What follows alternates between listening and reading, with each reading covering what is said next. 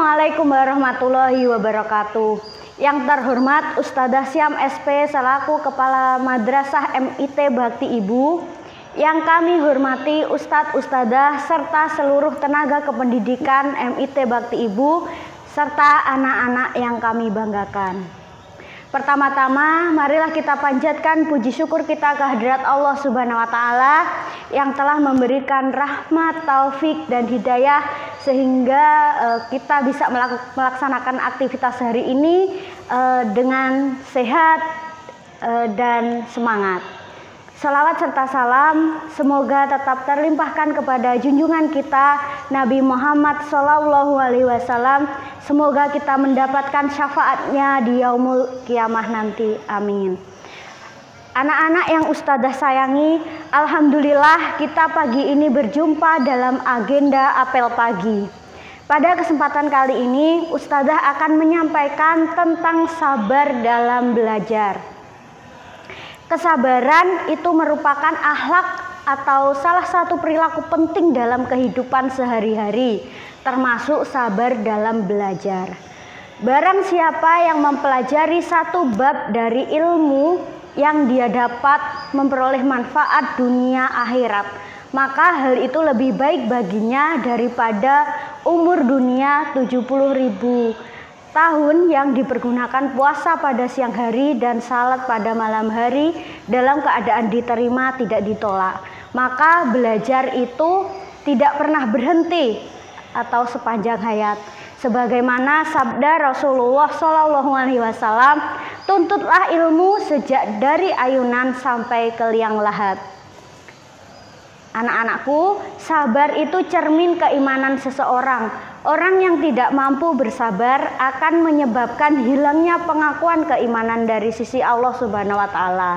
Belajar juga merupakan kesabaran secara khusus yang disebabkan oleh keterbatasan yang ada pada diri kita atau fasilitas yang ada di lingkungan. Sabar dalam belajar. Perilaku sabar yang diperlukan ini dalam belajar agar sukses antara lain adalah yang pertama khusyuk dan fokus. Yang kedua tekun dan pantang menyerah. Yang ketiga tidak buru-buru. Yang keempat berserah diri. Nah, kita mulai dari khusyuk atau fokus. Untuk mencapai hasil belajar yang optimal, maka anak-anak harus memusatkan pikiran, perasaan, dan perilaku hanya pada belajarnya saja. Dengan kata lain, anak-anak bisa menyingkirkan segala gangguan, baik yang berasal dari dalam diri maupun dari lingkungan. Yang kedua, pantang menyerah.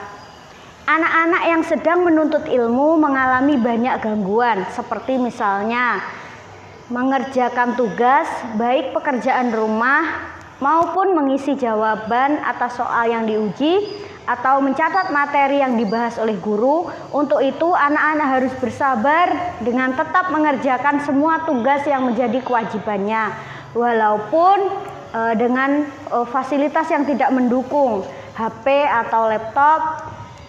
Keadaan pandemi seperti saat ini, anak-anak kesulitan dalam kuota atau wifi, kemudian harus mengerjakan video-video, voice note, rekaman, dan lain-lain. Kemudian ketika anak-anak pinginnya ke sekolah tapi tidak bisa, harus dengan pembelajaran online. Ada sebagian anak-anak yang malas-malasan di rumah. Nah, seperti itu.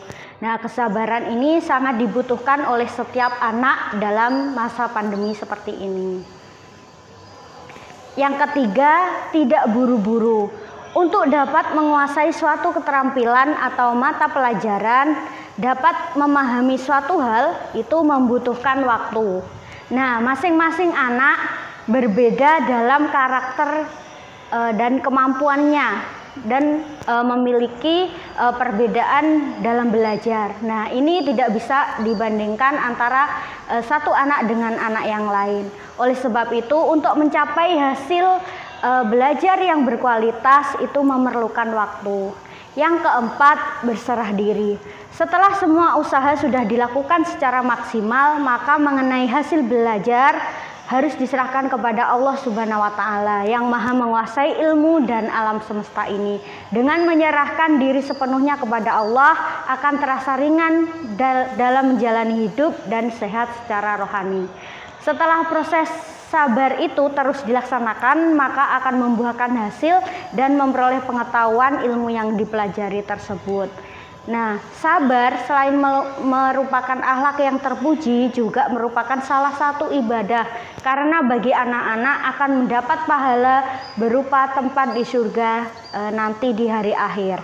Dalam menghadapi kondisi apapun, seorang muslim memerlukan kesabaran, baik dalam menjalani hidup yang sejalan dengan keinginannya maupun yang bertentangan dengan kesenangannya, seperti dalam kondisi pandemi seperti saat ini, dan harus belajar online pun juga ini sudah mulai untuk anak kelas 1 dan kelas 6 PTM pembelajaran tatap muka. Nah, itu tadi yang bisa Ustadzah sampaikan. Apabila ada kekurangan, Ustadzah mohon maaf. Mari kita tutup dengan doa penutup majelis. Subhanakallahumma wa bihamdika asyhadu alla ilaha illa anta astaghfiruka wa atubu ilaih. Itu saja dari Ustadzah. Wassalamualaikum warahmatullahi wabarakatuh.